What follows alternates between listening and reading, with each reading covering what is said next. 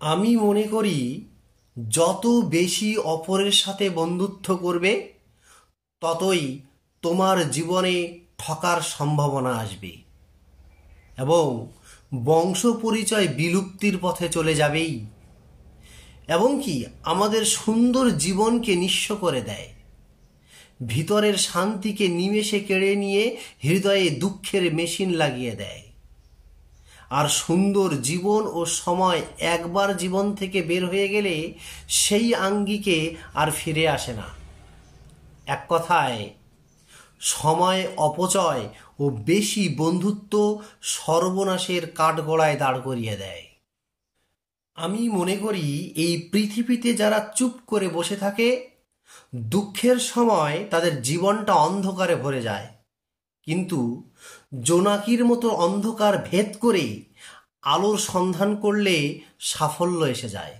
আমার মনে হয় দিন যাচ্ছে ভালো, আসছে খারাপ, কারণ আজ হচ্ছে সবচেয়ে বড় সত্য। গতকালের মতো মিথ্যা না, আজই শাশ্বত, আজই জীবন গঠনের নতুন অধ্যায়। তাই জীবনকে গঠন করতে হলে এগিয়ে যাওয়া উচিত। যারা এগিয়ে যায় তারাই সঠিক সিদ্ধান্ত নেয়। দুঃখ যন্ত্রণা যতই কাবু করে দিক না কেন, এগিয়ে যাওয়া ব্যক্তিরা দুঃখ কষ্টকে কাছে ঘেঁষতে দেয় না। কাছে ঘেঁষলেও তারা দুঃখকে পেছনে তুড়ি মেরে উড়িয়ে দিয়ে এগিয়ে চলে। আমি মনে করি যে সঠিক সময়ে সমস্ত প্রশ্নের সঠিক উত্তর দিলেই যেমন পরীক্ষায় সফলতা পাওয়া যায়, ঠিক তেমনি সঠিক বয়সে সঠিক পরিশ্রম ও জীবনে সঠিকভাবে ব্যবহার করলে জীবনের ভবিষ্যৎটা সুন্দরময় হয়ে যায়। আমি মনে করি যে উত্থান পতনের জাতাকলে, বিধাতার চক্রপথের লীলা খেলায় সবার সব দিন সমান যায় না, যেতেও পারে না।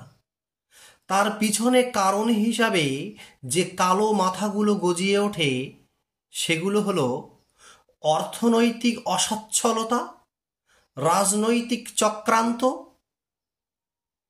অনৈতিক মানবিকতা, অতি লোভনীয়তা, সুখী হওয়ার অপচেষ্টা, বাবা মায়ের চোখের জল এবং গুরুজনদের চিরসত্য কথাগুলোকে অমান্য করা। আমি মনে করি একটা জীবনের একচিলতে দুঃসময় যে শিক্ষা দেয় তা বই পড়ে বা গুরুর কাছ থেকে পাওয়া যায় না। সেই শিক্ষা পাওয়া যায় আঘাত থেকে, যে শিক্ষায় সে নিজের হৃদয়কে নতুনভাবে আবিষ্কার করে আর জীবন গঠনের জন্য জীর্ণ ও পরাজিত বিবেকের কোনায় কোনায় বৈপ্লবিক পরিবর্তন আনে। অর্থাৎ এক বিশ্বাসের অপমৃত্যু আর এক শক্তিশালী বিশ্বাসের জন্ম দেয়, যা হাঁটি হাঁটি পা পা করে জীবনের পরম সুখের মধ্যে প্রবেশ করে।